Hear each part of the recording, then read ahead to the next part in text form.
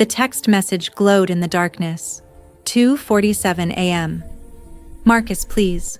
Ava's fever is 104. I need money for the ER, please. Ella hit send, her hands shaking as she pressed a cold cloth to her daughter's burning forehead. She hadn't spoken to her ex in 6 months, but desperation made people do crazy things. The reply came in seconds. Who is this? Her stomach dropped.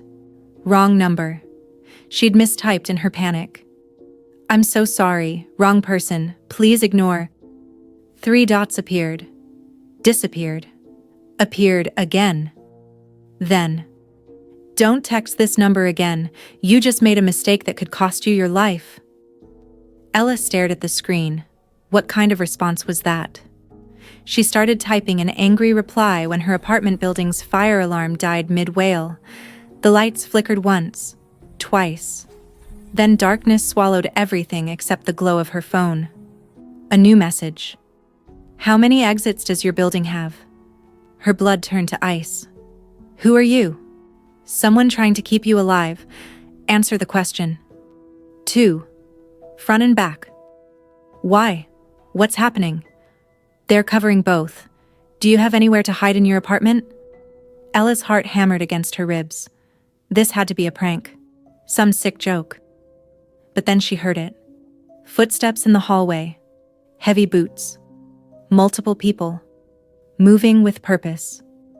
Her phone buzzed. Hide now, bathroom, lock it. She scooped Ava into her arms, the child whimpering with fever, and ran. The bathroom door had barely clicked shut when she heard her apartment door explode inward, wood splintering. Men's voices, rough and angry, speaking a language she didn't recognize. Ella crouched in the bathtub, one hand over Ava's mouth, the other clutching her phone like a lifeline. She typed with trembling fingers. There are men in my apartment. Who are you? What's happening? Your ex stole from the wrong people. They think you know where he is. I haven't seen Marcus in months. He left us with nothing. I know. That's why I'm coming to get you instead of them. The bathroom door handle rattled. Ella stopped breathing. A man's voice called out in accented English. We know someone's here. Come out and this goes easy. She couldn't move, couldn't think, couldn't do anything except watch her phone screen as new words appeared. Stay silent. Don't move. I'm 2 minutes away. The door handle rattled again, harder this time. Then a gunshot cracked through the apartment so loud Ella felt it in her teeth. Not at the bathroom, somewhere in the living room. Shouting erupted. More gunshots, men screaming, the sound of bodies hitting the floor. Then silence so complete it rang in her ears. Ella Johnson. A new voice cut through the quiet. Male. Calm. With an accent she couldn't place. It's safe now. You can come out. She didn't move. Her daughter trembled against her chest. The voice continued, patient and measured. I know you're scared. I know you don't trust me, but your daughter needs a doctor, and those men will send reinforcements. We need to leave. Now. How do you know my name? Ella's voice cracked. I know everything about you. I've been watching your ex for 3 months. I found out about you 2 weeks ago. I've been trying to reach you first. A pause. I'm sorry, I was almost too late. Ella's mind raced through impossible options. Stay hidden and wait for more men to come. Trust a stranger who just killed people in her living room. Call the police and try to explain why armed men broke into her apartment. Every choice felt like death. Your daughter's name is Ava. She's 3 years old. Her favorite color is purple. She calls her stuffed elephant Mr. Trunks. The voice softened. I'm not here to hurt you. If I was, you'd already be dead. Before we continue, I need you to do something. This story is about to take a turn that will leave you breathless, and I promise you, the twist coming will blow your mind. If you're already hooked, hit that subscribe button right now and drop a comment telling me if you'd trust this stranger. Because what happens next, you won't see coming. Don't scroll away. Trust me on this. Ella stood on shaking legs and opened the bathroom door. The man standing in her destroyed living room looked like he'd stepped out of a nightmare. Tall and lean, dressed in a black coat despite the summer heat. Dark hair slicked back from a face that was beautiful in a dangerous way, all sharp angles and cold control. Blood spattered his collar. 2 bodies lay crumpled near her front door, their weapons still in their hands. He looked at her with eyes that had seen too much death. My name is Kang Jae-min. I run the organization your ex stole from. These men worked for my competitors. They wanted to use you as bait to draw him out. He glanced at Ava, his expression flickering with something almost human. We need to get her to a doctor. My doctor. Are you coming? Or would you rather wait for the next group? You're asking me to go with a killer. Yes. He didn't flinch from the accusation. But I'm a killer who wants you alive. They're not. Choose quickly. We have maybe 5 minutes before backup arrives. Ella looked at her daughter's flushed face, felt the heat radiating from her small body. Ava needed help. Real help. Not a free clinic with a 6-hour wait. Not another night of prayer and cold compresses, hoping the fever would break before something worse happened.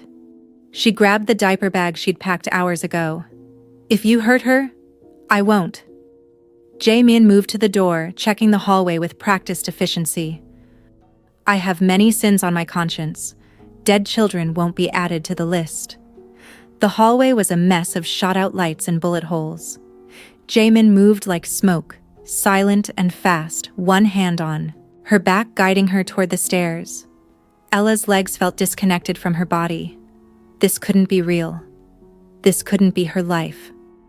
At the ground floor exit, he stopped, listened, then pushed the door open into rain and darkness.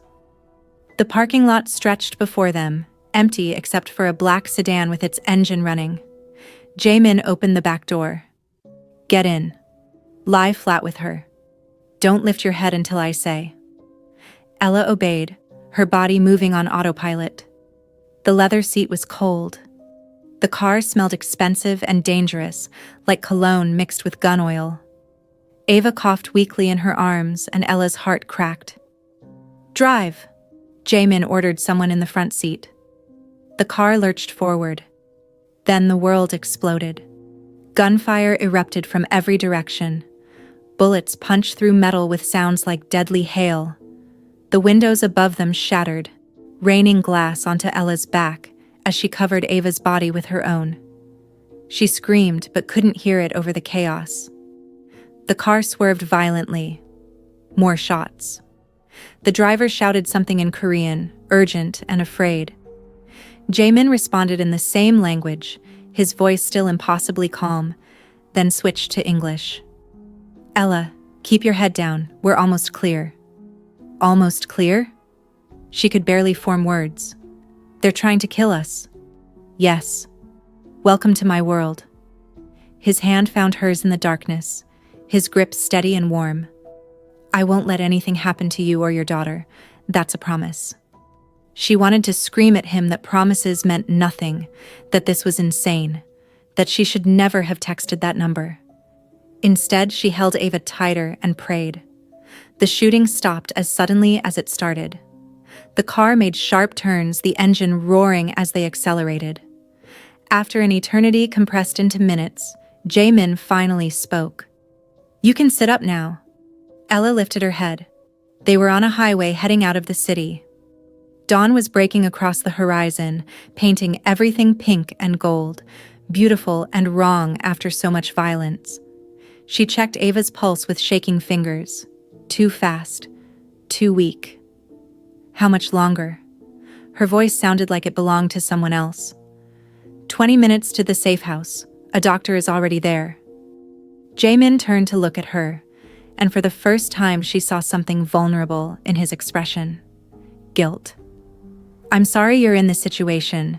Your ex made choices that put a target on your back. I should have found him before it reached you. You've been looking for Marcus? For 3 months. His jaw tightened.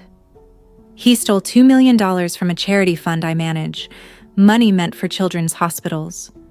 When I discovered you existed, I tried to get to you first. His eyes met hers. I was too late. Ella stared at him, trying to make sense of information that felt impossible. A mafia boss who ran charities, a killer who apologized, a stranger who'd risked his life for a woman and child he didn't know. Why? The question came out broken. Why save us? Jamin turned back to the window, his reflection ghostly in the glass. Because someone should have saved me once. They didn't. I remember what that feels like. The safe house was nothing like Ella expected. Not some dark warehouse or abandoned building, but a modern home tucked into the hills, surrounded by trees that whispered in the morning breeze. The doctor was already waiting inside, a small woman with silver hair and gentle hands who asked no questions as she examined Ava. Ella watched from the doorway, her body still vibrating with adrenaline. Jamin stood beside her, close enough that she could feel the heat radiating from him. He smelled like rain and smoke. She'll be fine, the doctor said in accented English, preparing an IV. The fever will break in a few hours. She needs rest and fluids. You did well keeping her calm. Ella's knees buckled. Jamin caught her before she hit the floor, his arms surprisingly gentle as he guided her to a chair. When did you last eat? She couldn't remember. Yesterday? The day before? Time had become meaningless. I'll make something. He disappeared into the kitchen while the doctor finished with Ava. Ella sat frozen, watching her daughter's chest rise and fall, finally allowing herself to believe they might actually survive this night. The doctor packed her bag and spoke quietly to Jamin in Korean before leaving. He returned with a bowl of soup, steam rising in delicate spirals. Eat. You're no good to her if you collapse. Ella's hand shook as she lifted the spoon. The soup was simple but perfect, warming her from the inside. She hadn't realized how cold she'd been until that moment. You cook? My grandmother taught me. She said a man who can't feed himself isn't really a man. Jamin sat across from her, his coat finally removed. Underneath, he wore a black shirt with the sleeves rolled up. His forearms were covered in scars, some old and faded, others still pink and healing. She was very traditional. She died 5 years ago. Cancer. He said it without emotion, but his fingers tightened around his coffee cup. The hospital bills destroyed my family. That's when I started the charity fund. I wanted other families to have what we didn't. Ella studied his face, trying to reconcile the violence she'd witnessed with the man who cooked soup and funded hospitals. And the other stuff? The mafia stuff? Family business. I inherited it the same day I inherited her medical debt. Jamin met her eyes. I don't pretend to be a good man, Ella. I've done things that would make you run screaming. But I have rules. No children. No innocence. And debts get paid, one way or another. Is that what I am? A debt? No. His voice softened. You're collateral damage I'm trying to fix. They sat in silence while Ella finished eating. Ava stirred in the next room, and Ella immediately stood, but Jamin gestured for her to stay. I'll check on her. She watched through the doorway as he approached the bed, his movements careful and quiet. He pressed his hand to Ava's forehead, checking her temperature the way Ella had done 1,000 times. Then he pulled the blanket higher, tucking it around the little girl's shoulders with surprising tenderness. When he returned, Ella asked, Do you have children? No. I'm not built for that kind of life. He poured more coffee. Too many enemies. Too much blood on my hands. It wouldn't be fair to them. But you're good with her. I remember being scared and sick as a child. I remember wanting someone to make it better. He stared into his cup. That feeling never really leaves you. Ella felt something shift inside her chest, a dangerous warmth spreading through the fear. This was insane. He was a criminal, a killer. She'd watched him murder 2 men without hesitation. And yet, sitting here in the quiet morning light, he seemed like the first person in years who actually saw her as more than just a struggling mother barely keeping her head above water. "Thank you," she said quietly, "for saving us." Jaemin's phone buzzed before he could respond.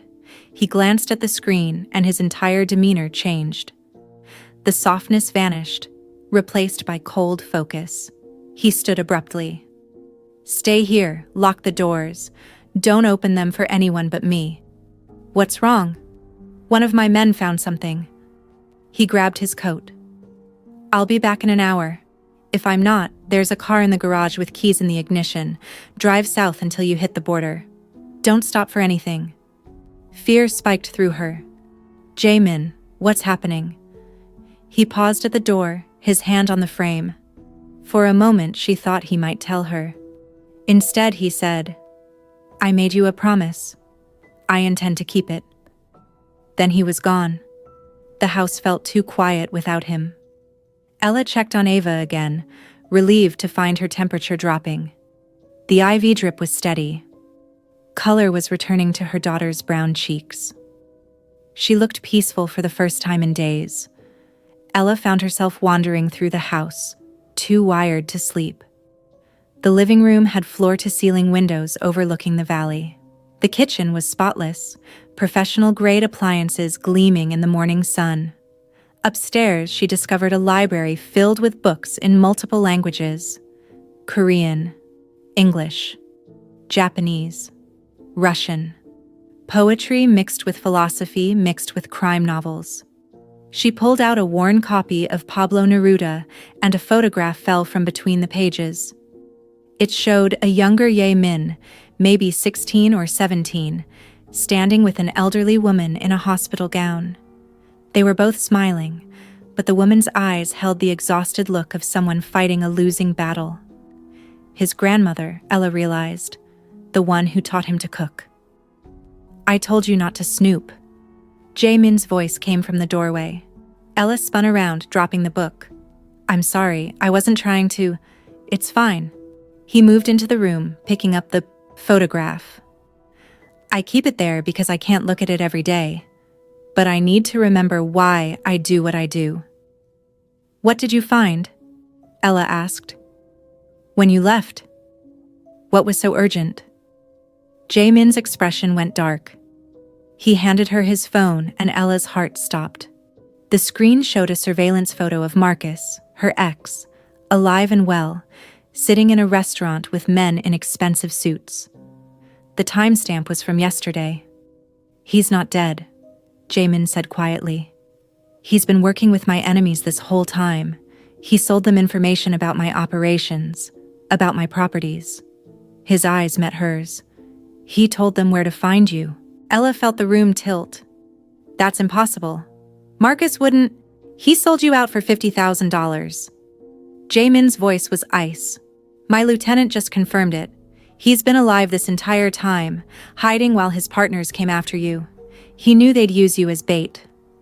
The phone slipped from her fingers. 6 months. 6 months of struggling alone, believing Marcus had abandoned them out of cowardice or selfishness. But this was worse. This was betrayal on a level she couldn't comprehend. He'd actively put their daughter in danger for money. "Where is he now?" Her voice sounded strange, distant. "That's what I'm going to find out." Jaemin moved toward the door again, but Ella grabbed his arm. "Wait. If he's working with your enemies, won't they know about this place?" He went very still. Then his phone rang. Jaemin answered in Korean, his voice sharp. Ella watched his face change, watched the warrior slip back into place. He ended the call and looked at her with an expression that made her blood run cold. "We have maybe 20 minutes. They're coming." He moved fast, pulling weapons from hidden compartments in the walls. "Get Ava. There's a panic room behind the bookshelf in her bedroom. The code is 8274. You'll be safe there until..." "Until what?" Until you die protecting us? Ella's fear transformed into anger. This is insane. We should run. There's no time. They've blocked the roads. He pressed a gun into her hand. Do you know how to use this? No. Point and pull. That's all you need to know. He cupped her face with both hands, forcing her to meet his eyes. Listen to me very carefully. No matter what you hear out here, don't open that door. They'll try to trick you. They'll say I sent them. They'll say they're police. Don't believe them. Wait for my voice and only my voice. Do you understand? Ella nodded, unable to speak past the terror closing her throat. Good. He pressed his forehead to hers for just a second, a gesture so intimate it stole her breath. I'm sorry I brought this to your life. You didn't. He did. Jaemin's smile was sad and brief. Then he was moving again, positioning himself by the windows, checking his weapons with practiced efficiency. Ella ran to Ava's room, gently waking her daughter. Mama? Ava's voice was hoarse but stronger. Where are we? Somewhere safe, baby. But we need to play a hiding game, okay? Like hide and seek. Ella found the hidden panel, entered the code with shaking fingers.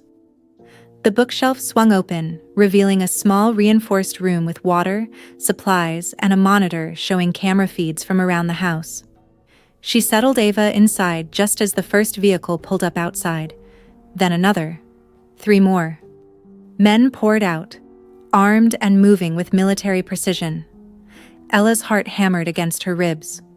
On the monitor, she watched Jae-min take position behind the kitchen counter. He looked calm, ready, like he'd done this 1,000 times before. The front door exploded inward.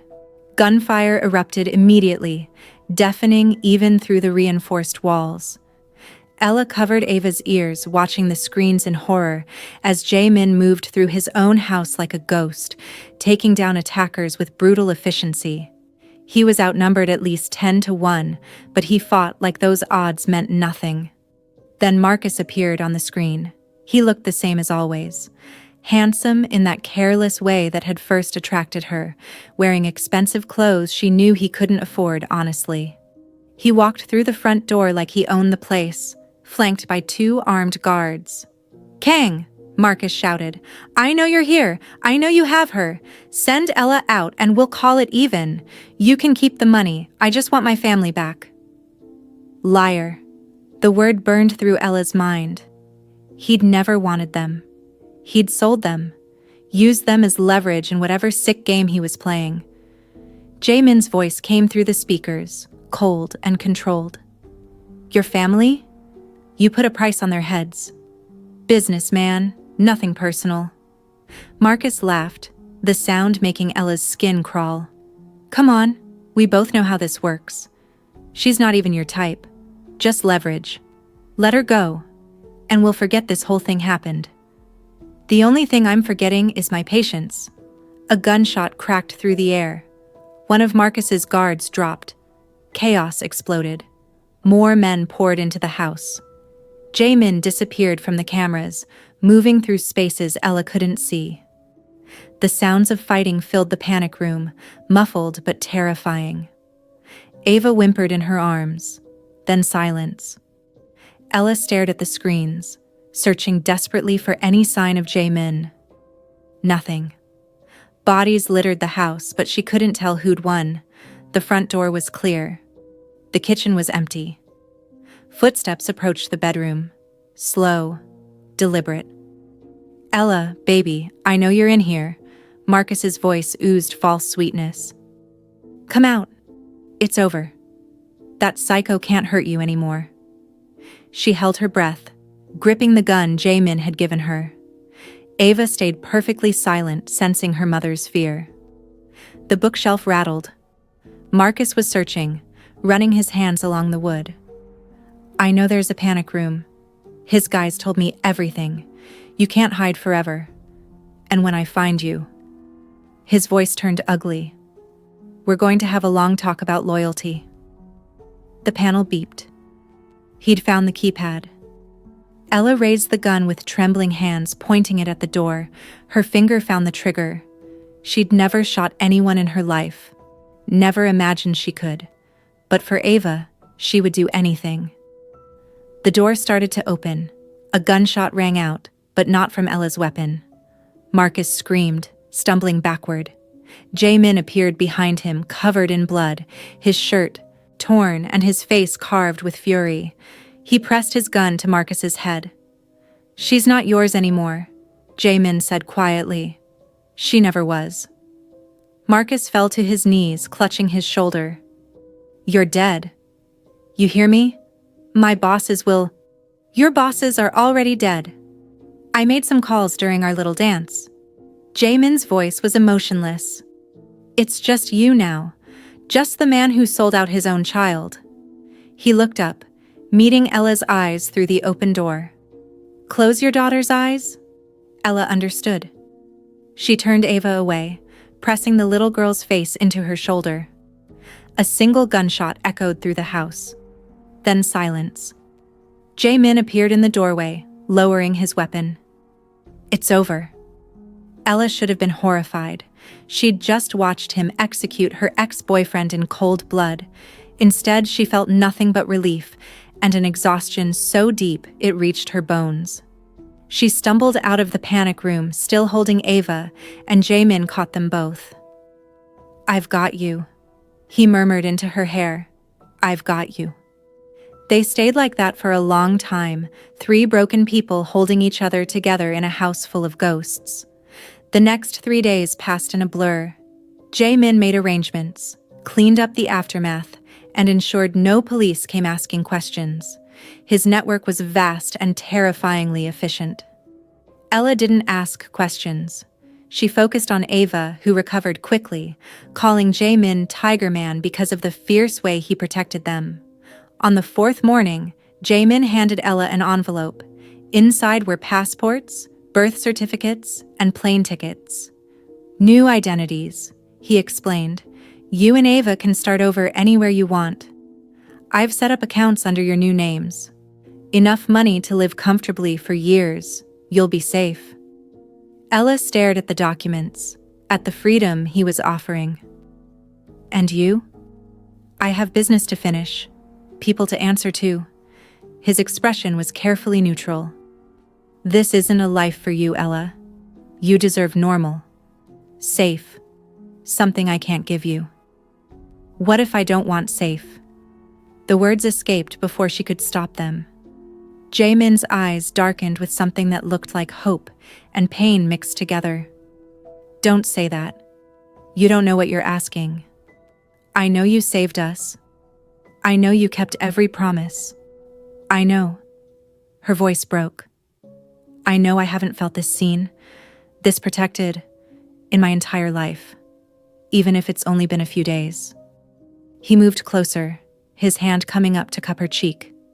"You're in shock. Trauma bonding. In a few weeks, you'll realize." "Don't tell me what I'll realize." Ella leaned into his touch. "I'm not saying I want this life. I'm saying maybe there's something between your world and mine. Maybe we can find it together." Jae-min kissed her forehead softly. "Ask me again in 3 months. If you still feel this way, after living a normal life, after processing everything that happened, then we'll talk. Deal?" "Deal." They left for the airport at dawn. Jae-min drove them personally, Ava chattering happily in the back seat about airplanes and adventures. At the terminal, Ella turned to say goodbye, but he pulled her close instead. "Maybe texting the wrong number wasn't wrong after all," he whispered. "Maybe answering it wasn't either." He kissed her then, brief but searing, a promise of something that might exist beyond violence and fear. Then he stepped back, becoming once again the controlled, dangerous man the world knew. Ella walked away, Ava's hand in hers, not looking back, because if she did, she might not leave at all. 3 months. She could wait 3 months. In his car, Jae-min's phone buzzed, a message from his lieutenant. Marcus's boss survived. He's asking questions about the woman. Says this isn't over. Jaemin's expression hardened. He started the engine, his reflection in the rearview mirror showing eyes that had gone cold and lethal. Then neither am I, he said to the empty car. If you've made it this far, you're part of something special. This story isn't over yet. Hit that subscribe button so you don't miss what happens next. Drop a comment telling me if you think Ella and Jaemin belong together. And smash that like button if this story kept you on the edge of your seat. Part 2 is coming. And trust me, you won't want to miss what happens when their worlds collide again. Until next time, stay safe. And remember, sometimes the wrong number is exactly the right call.